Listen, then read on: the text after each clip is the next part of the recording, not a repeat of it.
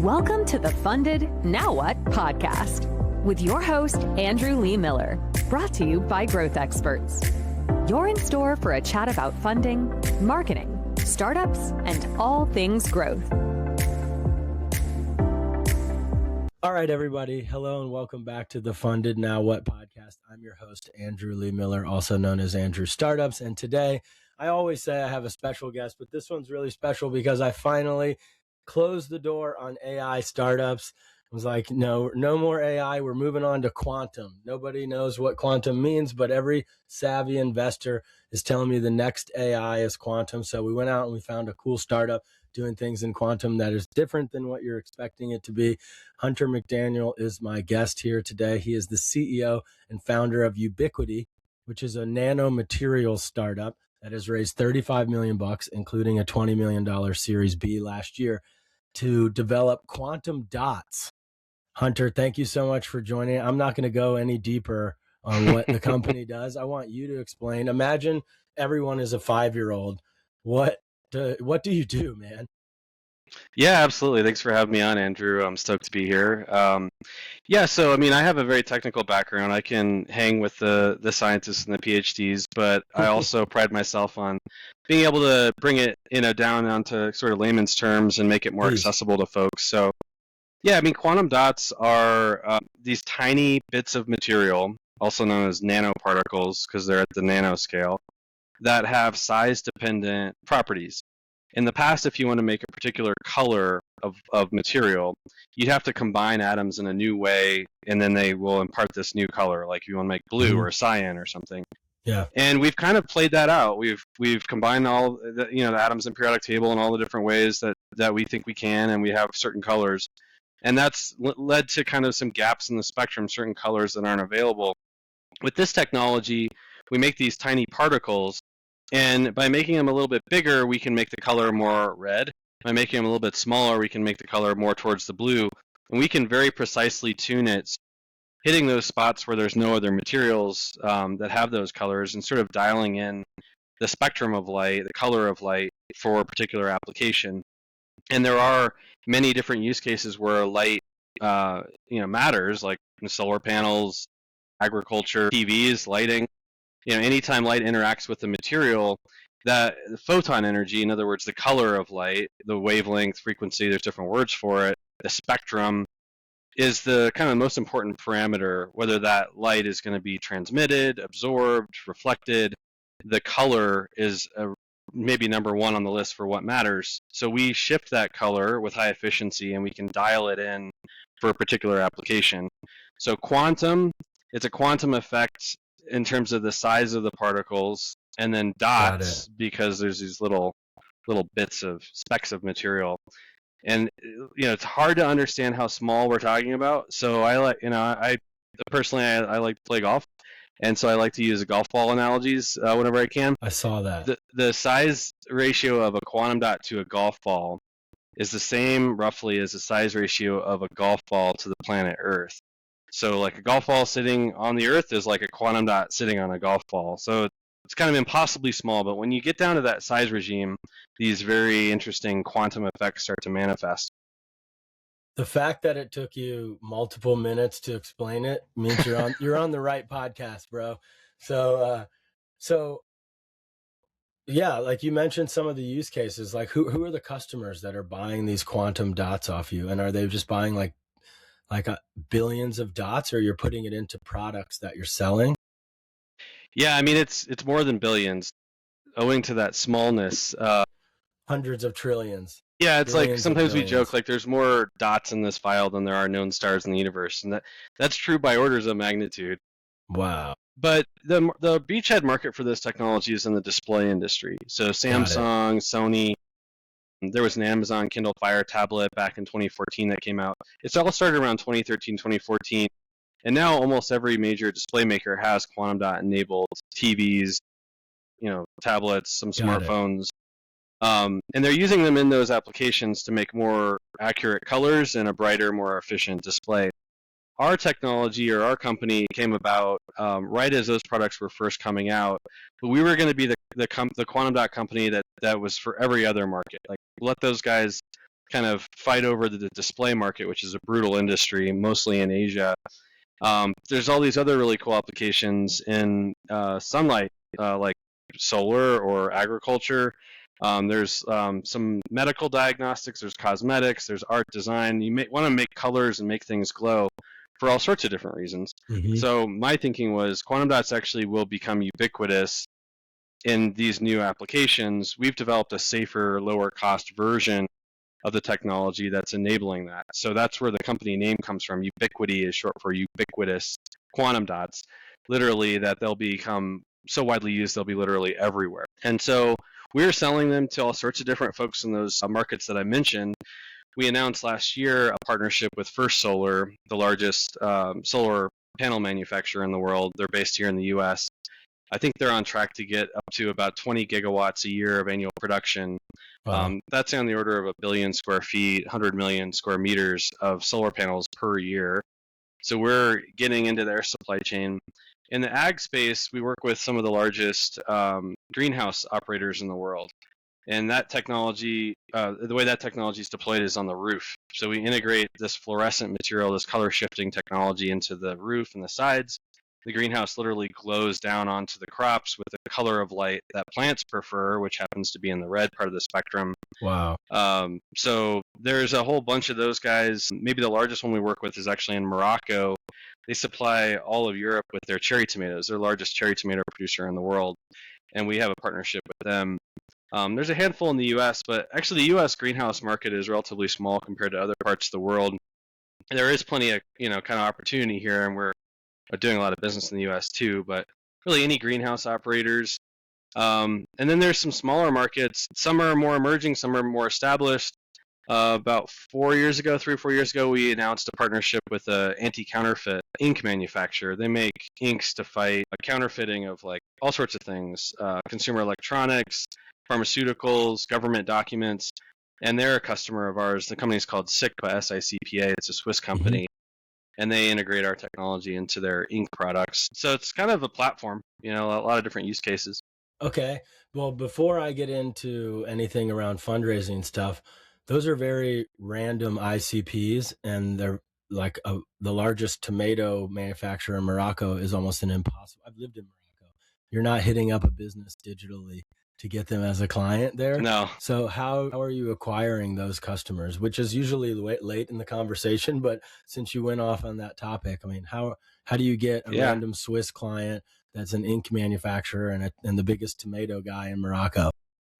Yeah, I mean, great question. So we have an awesome marketing team. We work with some external folks as well, and it's very surgical, I'd say. So it's not the same for the solar customers and market as it is for the greenhouse. And I mean, a lot of the other ones are kind of earlier stage, so it's platform marketing, and then we get a lot of inbound kind of just opportunities because people are saying about our sort of platform marketing. But when it comes to the greenhouse one, that's probably the best example. We're targeting the greenhouse growers. So we're at those trade shows. We're in like Greenhouse Grower Magazine, Greenhouse Management Magazine. We have off and on targeted the cannabis industry. And so things like MJ BizCon, which is a big one in Las Vegas.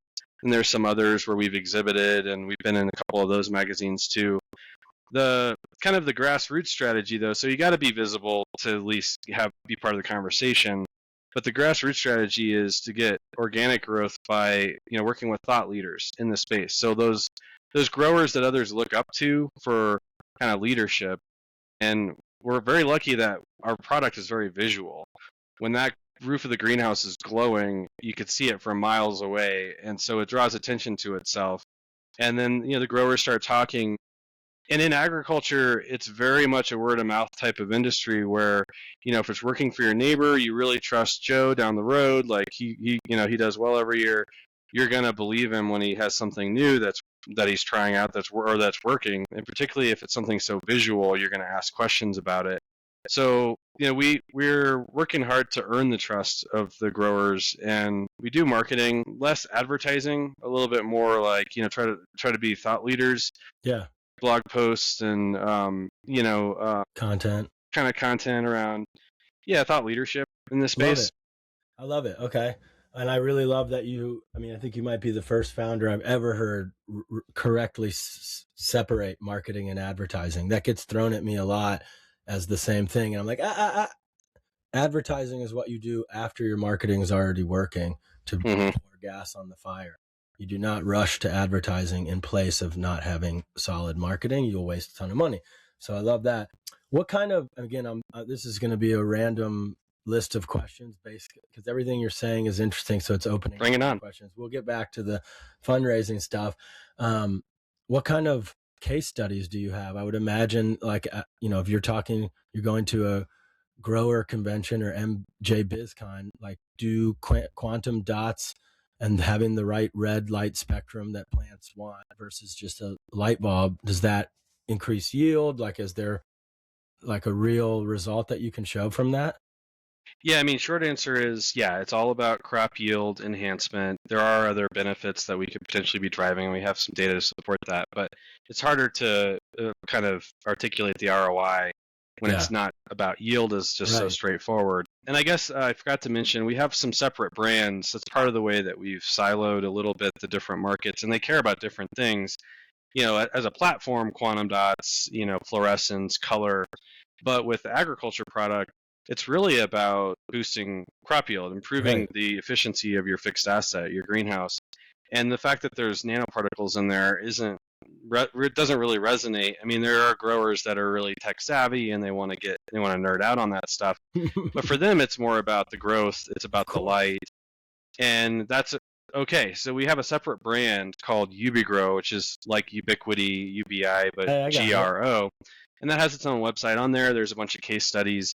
And like I was saying, we work with a bunch of farmers in the world trying to focus on the ones that are kind of the leaders in their segment. And there's so many different crop varieties and growing techniques. And, you really want to be showing the product performing in something that's representative. If you're going to try to use that as evidence of how it's going to work for a different customer, they're going to say, well, yeah, but was the climate the same as my climate? Or they grow a different cultivar over there, or, whatever it might be.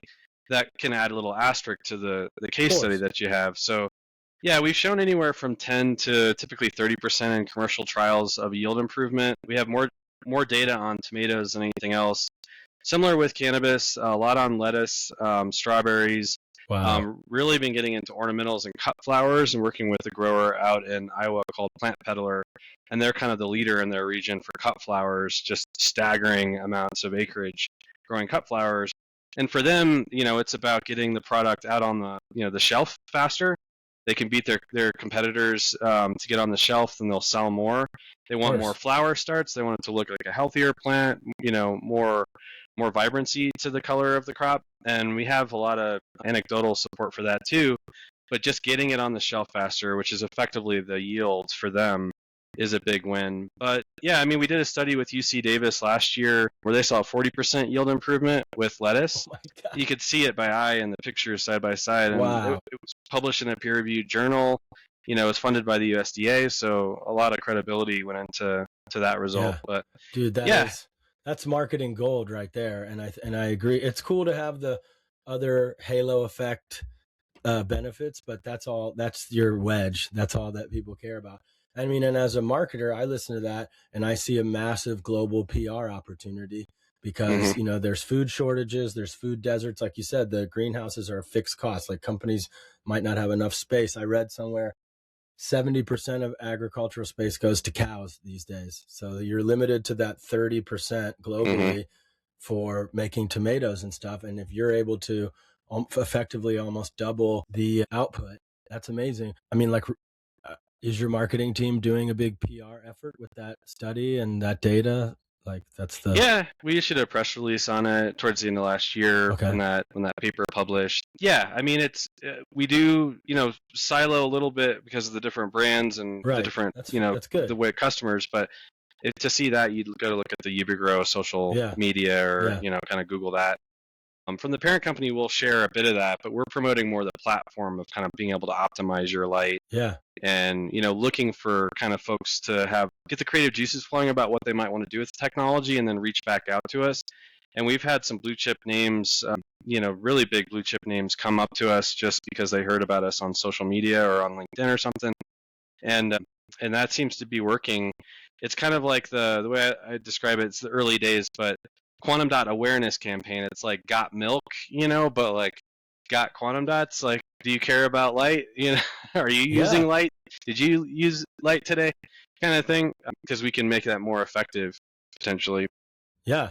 No, anytime, I don't know if you guys are like a first mover. It sounded like you said there's some competition in the beginning of the call, but anytime there isn't a lot of knowledge about what you're doing, you have to spend a lot of effort and time and money on educating the market. But those case studies advance the desire a lot. And if you're getting inbound leads, that's the holy grail. Those inbound opportunities, the sales cycle is much shorter. They're not going to really review tons of other companies. They've already seen and decided that they want to work with you. So that's awesome. What is like the average cost? Like, let's say I'm another large tomato producer and I'm using old school lights and I want to increase my yield. Like, what does the pay to play look like to work with you guys? Like just an average customer value for you. Yeah, there's a couple different versions of the product, but we sell it on an area basis. So the full cover, that's the actual roof material. I think we're selling that right now for around 30 cents a square foot. We'd like to be able to price that higher. The value's there. We have a retrofit product where it hangs underneath the existing roof and it lasts about twice as long. And that one we sell at about $250 a square foot. So there's a variety depending on how you want to use the product, the longevity of it. But at the end of the day, that's got a payback time, even at the $250 a square foot, of about a year for the higher value crops. And then if you get down at the lower end is more like meant to be closer to the typical plastics that they're putting on their roof already. So it is more expensive than that, but you're getting this value of additional crop yield with a payback time in that case of less than 6 months. It's like a 4-year life product or so. So there's pretty good ROI on that. Yeah. It does depend on what you're growing, and the type of conditions also play a role. But we've targeted just initially as beachhead markets higher value crops. Cannabis being like easily the highest. Cannabis sells for $600. I haven't checked the wholesale prices anytime recently, but like $600 a pound or so. Really? Depends on which state you're in. Versus tomatoes like a couple bucks a pound. Jeez. So, you're multiplying a yield improvement times a baseline and then times a price per pound or per kilo. And that gives you kind of the return. You've got a cost associated with it too. More cucumbers, you need more pickers and more packing and maybe more water, possibly more nutrients. But all your fixed costs are the same. It's the same structure, your heating, your cooling. Most of the labor is the same. And you're just looking to squeeze out more revenue per acre.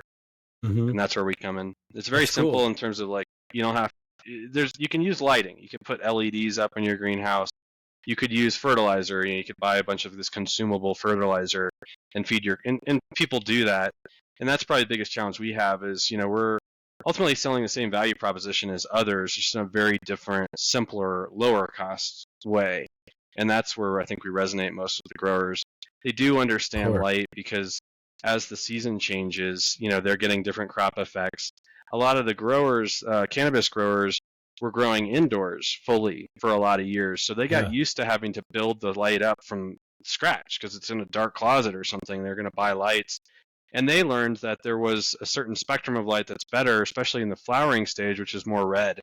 And so if you go into like a grow room and they're in the sort of later stages of the crop, it'll be more of an orange-red type lighting that they're using. So what we're doing is we're making that light year-round directly from the sun. Sunlight comes in, we shift it, and you're kind of just dialing that in, like late summer sun, if you will, kind of early fall type spectrum the whole year.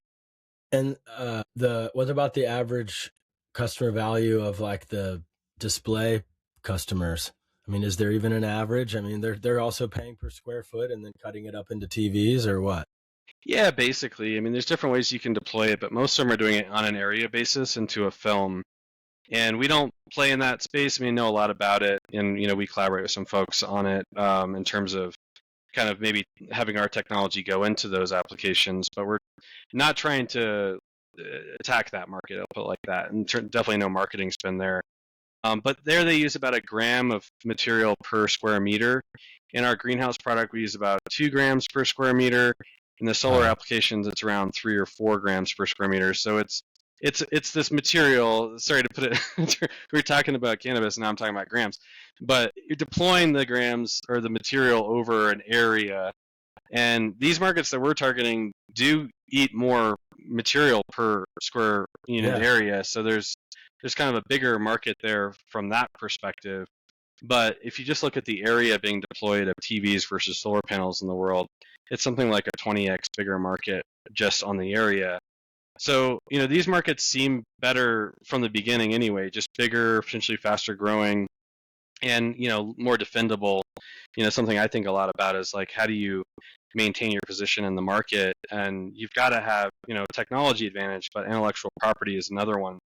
In the case of display industry or lighting, there's so many big companies throwing money at those patents. It's difficult to imagine having leverage in those conversations. Whereas into the sort of more frontier markets like agriculture and to a degree solar, at least when it comes to quantum dots, we can create a more of a moat, if you will, like a defendable position with our intellectual property. So that's a big focus too. Makes sense. Wow. Well, I think we can skip over the fundraising stuff because I want to make sure I create a lot of value for you. It sounds like you've got a really badass team that's already doing a lot of stuff. You've raised a considerable amount of money, so you can do more trade show related things than the average startup. But I think I figured out where the biggest challenge for you marketing is really investing in that education in the market and driving more of that inbound to you guys. So can you walk me through, like, are there any things you think you're not doing yet, or that if you even know of what they are, but yeah, like what is the biggest difficulty for you guys marketing right now for across the board? It doesn't have to be about one specific use case. Yeah, I mean, I think it's, how to access the right audience. Our technology resonates with a lot of folks. It's very visual, it's glowing stuff. Greenhouses just look awesome. And so, like, talking about the platform, people get pretty excited. But, like, how are you dialing in your how are you targeting your customers? And I think that's challenging, partially because the platform itself, depending on which use case you're talking about, it could be a very different kind of customer. And being able to target those folks, it's like taking a broad, very broad top-down perspective, but then having very specific targets in terms of your marketing. I think that's challenging. We kind of take a brute force approach a little bit of, like, talking about the platform, putting it out there across multiple different channels, and then we get kind of things coming in from sometimes very surprising angles. But I think it's difficult to kind of have a marketing strategy for a platform technology, because you may be targeting different parts of the supply chain too. Some customers, like the Security Inc. one, they just need dots, like raw material. In the case of the greenhouse product, we make the final film itself. And so we're delivering to end users. It's almost like a B2C type product. I mean, it is a B2B, but, people making the decisions, who's making the decisions, where you're at in the supply chain. And then, thinking about ultimately how you're going to capture value. It's not so obvious up front. We have options there, right? We have a patent, or multiple many patents. We can charge a royalty. That could be the business model. You could try to create as much margin as possible on your product, on your material. But if that's going into a long supply chain, it gets marked up at each step. And so you need to make sure you're incentivizing folks beyond who you're selling to. If you try to sell at too high of a price, that can get marked up too much and make the final product non-economical. So I think that's the challenge. It's really a platform technology, quantum dots, and being able to figure out exactly how to drive ROI through our marketing can be difficult because of how diverse the customers can be. Well, I think you're already on the right track there. You make it sound more difficult than I think it actually is, because you've separated the businesses, and that's the right way. Each business has its own marketing function, but then there's the platform technology that should also be, like, you should be focusing on educating the world that this thing exists, that this technology, this platform exists. This is the way we move forwards as a human race with light. And, here's the applications, and then the individual business does marketing in its own niche area in the industry. So that simplifies that.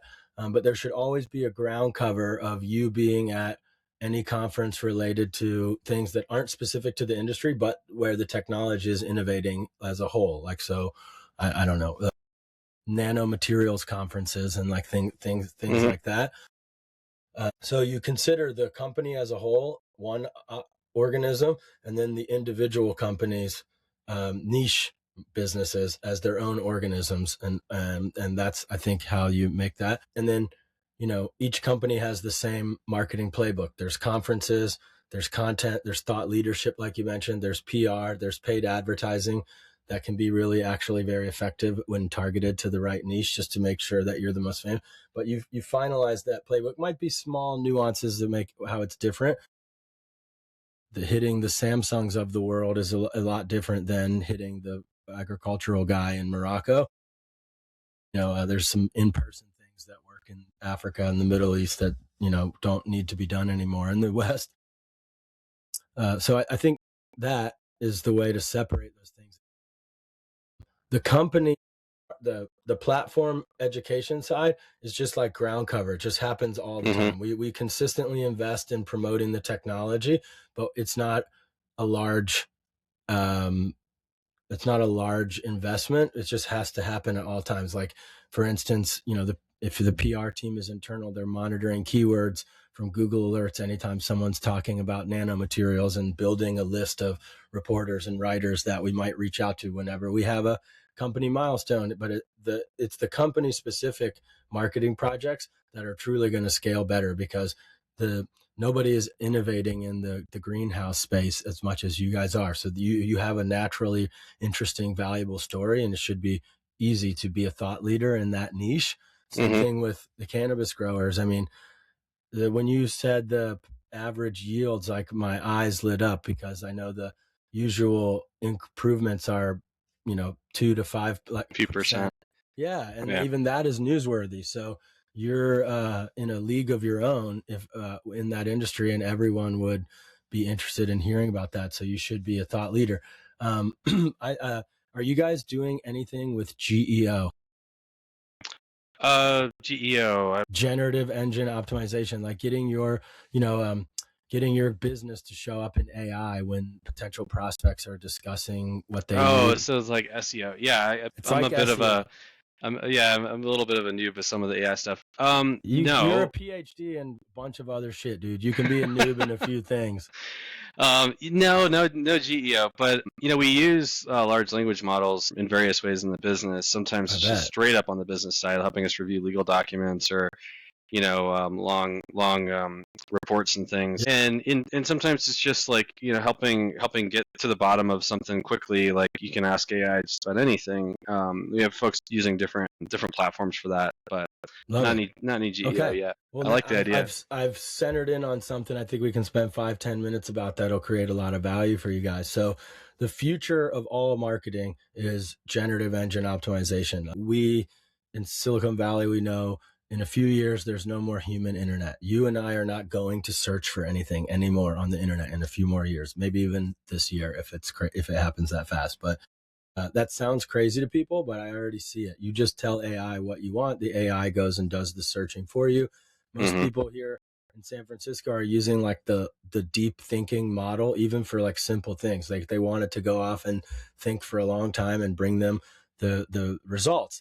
And when you're selling like to large scale clients, like enterprise deals, like to the Samsungs of the world, or to the largest tomato producer on the planet, those are not one guy's quick decision. It's an enterprise size deal. And what we're seeing is the vendor research is happening in AI on the other side.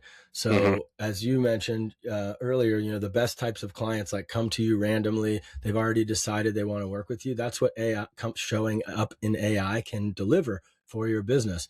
If you go to AI, if you're listening to this, go to AI and say, hey, who's the best fractional CMO for an early stage startup in San Francisco? I better fucking come up in the top 3, or I'm going to fire April on my team. No.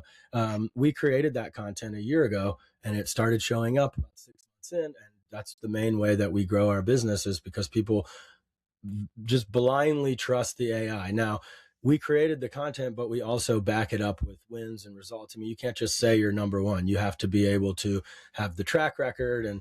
But for instance, if I'm in the display space and I go, or the grow space, I need to increase my yield this year. What are the best ways I can do that? If you've created that content, top ways to increase your yield for cannabis growers 2026, in many different versions of that article, the AI is going to grab that and be like, oh, it looks like the only way to get a 40% increase is to, use these quantum dots. And then they're going to fall into a deep wiki hole all about that for the next week of late nights. And then they're going to contact you. And that's what GEO is all about. And, all that thought leadership that you're doing, that really feeds into this as well. It's just like having instead of keywords, we're focused on conversational terms. So like the full question that someone might ask the AI.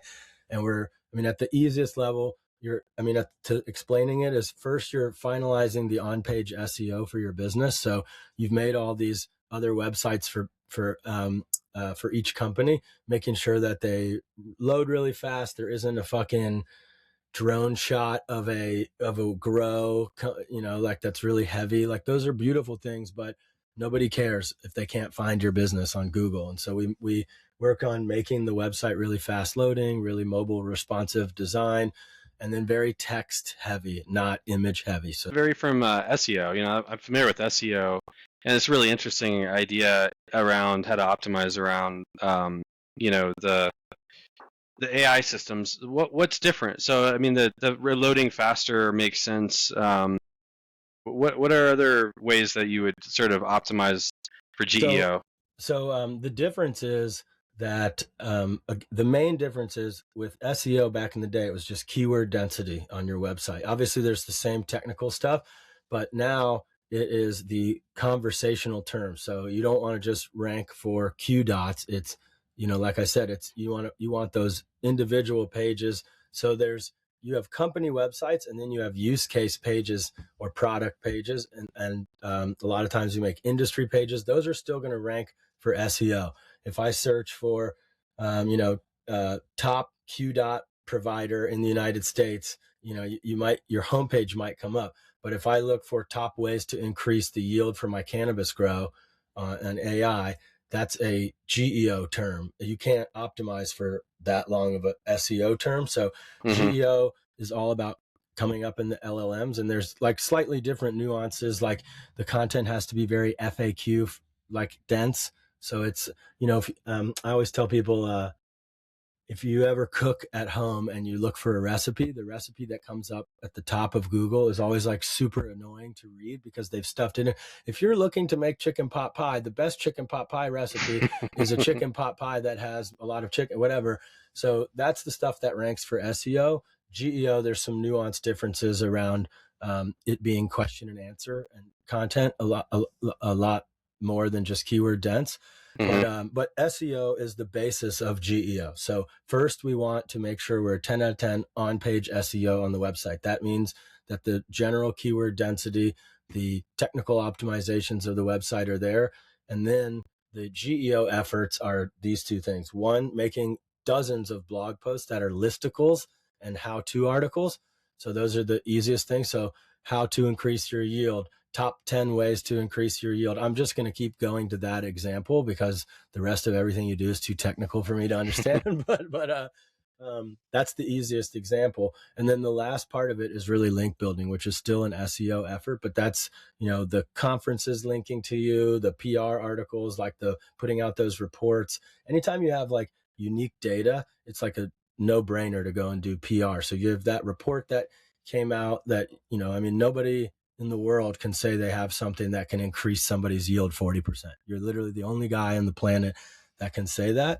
So that should be a huge news story. And then that gets picked up and builds a lot of links. Doing podcasts like this also builds links. We're not keyword dense for anything that you're doing.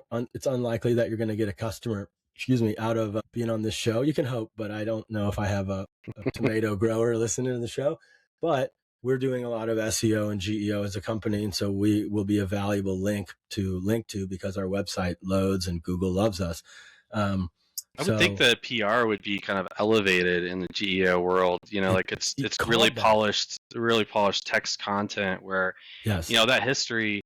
I think we've leaned in on PR over the years, maybe more than most startups, partially because my wife's a PR person. She coached me over the years, and nice. So we do it proper. Like typically 3 to 5 actual PR newswires a year, and that is out there feeding LLMs, and it seems like that it's text based, a lot of text based back end narrative type content that it sounds Absolutely. like would be a little bit more effective for you called GEO. It.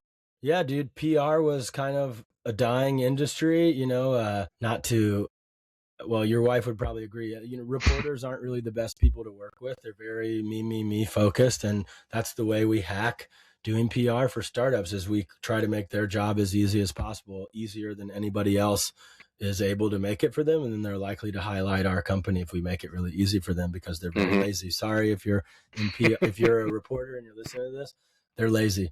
It's a lazy job. All you do is, I guess ship the article, I'm done. But what kind of PR does your wife do? Like, is there a niche that she has? Does she do it for quantum dot companies? It's mostly B2B. I mean, now she's doing something different in Los Alamos. But when we first met, she was up in Chicago working for a really cool PR firm, doing lots of B2B type PR, the same type of PR that we're doing at Ubiquity. And so she's kind of coached me along the years, but nice. She runs a nonprofit in Los Alamos, so here in New Mexico now. So not as much PR as she used to do. Yeah, well, it's a good thing to get out of, but like, she can listen to this, and it is really blowing up. I mean, and it used to be just like an afterthought, and now it is one of the most important things that we do at an early stage company, because one, the links. Two, when we're doing outreach and you have a sales and marketing team, let's say you go to that conference, people go, oh shit, yeah, I saw you guys in blank magazine. And it adds a trust and verifying factor to the business when they've seen you. Same thing with doing outreach. We send the PR articles in our outreach out to businesses so that it becomes more of an offer than an ask. Like, hey, I thought you'd be interested in this. New Mexico inventor increases yields up to 40% with his quantum dots, and it's a picture of you like this. And people are going to click on that, as opposed to you saying it. They're seeing it in the article that they would naturally trust. It does have a lot of real halo effect positive benefits for companies. One of my clients, we just got an interview last week with 2 of the biggest publications in their niche. And after you get one of those, then all of the podcasts and everything comes, and it's wildly valuable. And then you get to put those as seen in links. You make a press section on the website. So there's a lot of value there. But yeah, doing it for GEO link building is the most main thing that I focus on. I mean, outbound will eventually dry up. When I do see a future where we have AI managing our inboxes, so we're not going to be that interested in, and especially like now, I don't know if you know what OpenClaw is. Do you know about OpenClaw? Yeah, you do. Okay, cool. So now that everyone has the ability to build agents that do this outreach stuff for them, it used to be just growth hackers and engineers would sit there. Can we make a script that does this all weekend while we're out partying, and then we'll have a huge list built?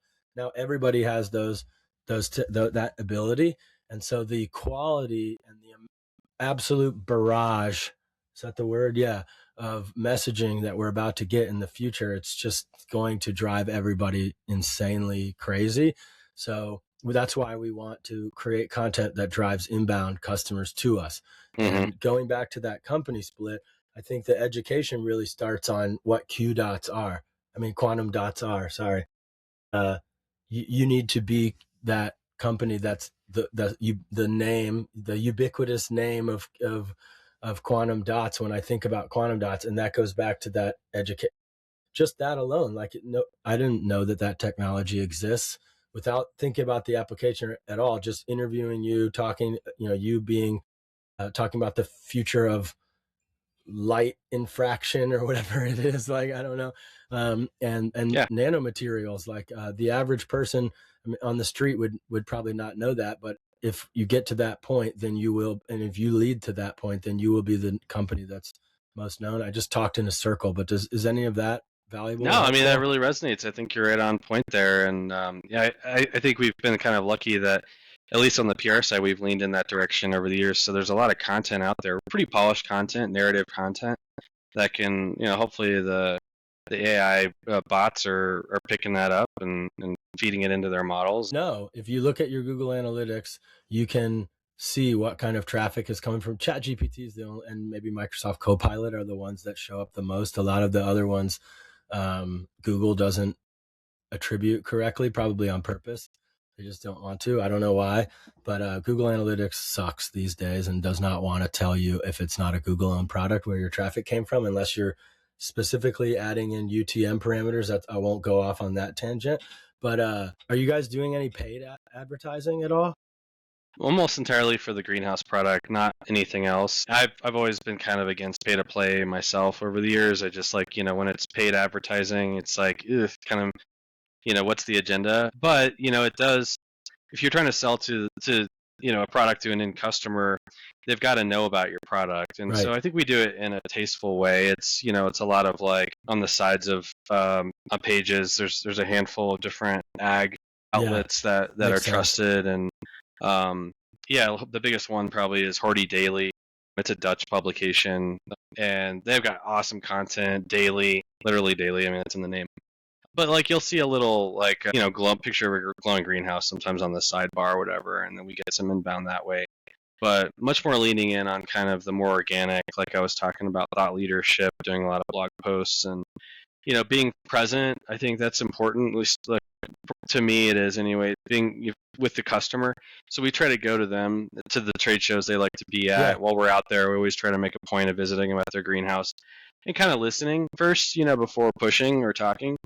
And so we've highly prioritized the face-to-face interactions those are important, but very expensive.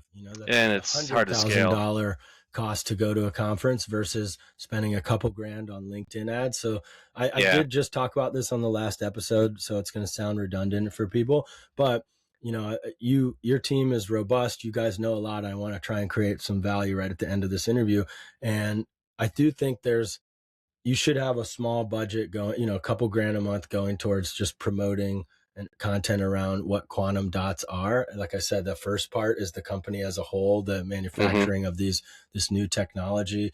It exists, and these are the use cases, and these are the amazing results.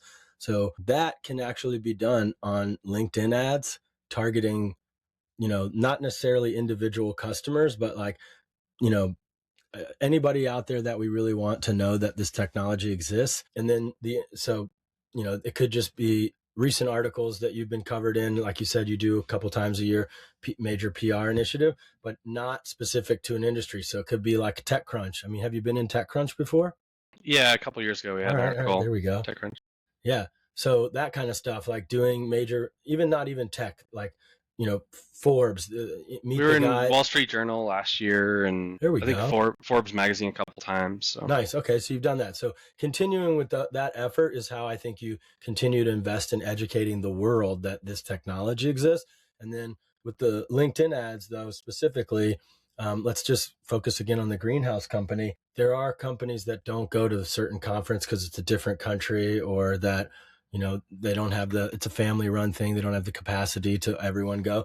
And I like this idea of like ground cover on LinkedIn ads, because then the outreach works. It's the same thing as like getting PR. I get it that it's pay to play. I went like this, you were looking down, but I did the Arsenio Hall whoop, whoop, whoop when you said I don't like pay to play, because as a marketer, you're not unique if you're just good at paid user acquisition. The unique skills I have are getting companies off the ground organically.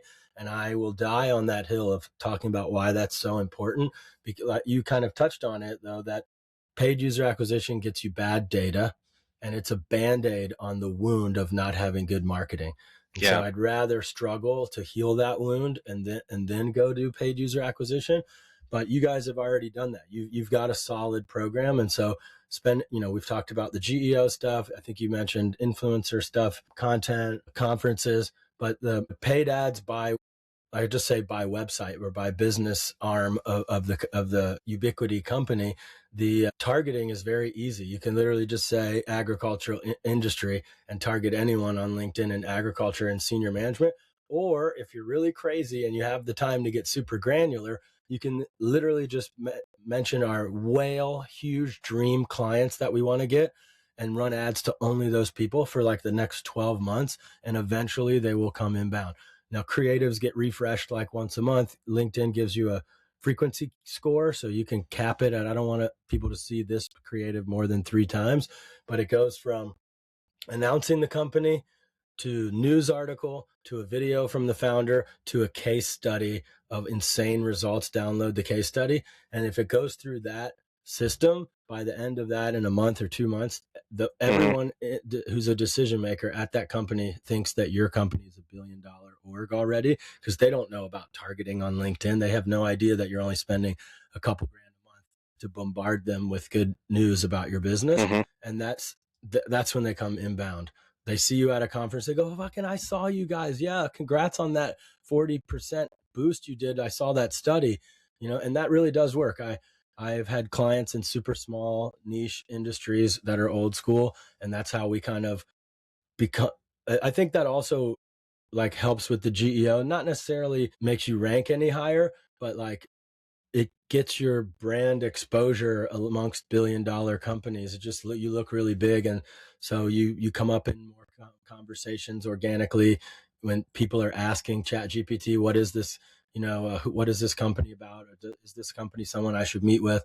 And I think overall those mentions somehow help the greater algorithm. So I can't understate how powerful, because it's like really low budget cost. I mean, how many, greenhouse decision makers are there in the ag space? Maybe 20,000, not even worldwide. So that audience is very small on LinkedIn. LinkedIn will be like, are you sure you don't want to expand this audience because they want to get more money off of you, but you want to go really targeted and just be the most well-known company, because nobody else can do what you're saying. Nobody can offer a 30 to 40% increase in yield for a couple $1 million investment one time, Yeah, I could agree more. A lot of what you're saying is resonating. I mean, something that I think most startups underestimate the value of marketing and PR early on. It's about building credibility. It's not like fake it till you make it, but there's a little bit of that. It's like, kind of to get to that next level, you have to kind of close your eyes and imagine you're already there, and then position yourself from a marketing or PR perspective as if you are,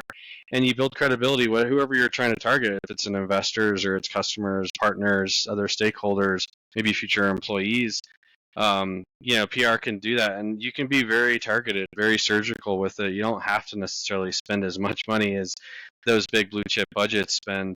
Totally. You just have to be smart about it and in a targeted and surgical. And I think that's worked for us. It sounds like, it has for you too, Andrew. Yeah. You took the words, I mean, many times on this call right out of my mouth, but I always tell people that I used to do a lot of stuff on Instagram and for social media. I don't anymore because of the GEO stuff. Like, we don't have to do it for the gram when you figure out other digital marketing channels are better.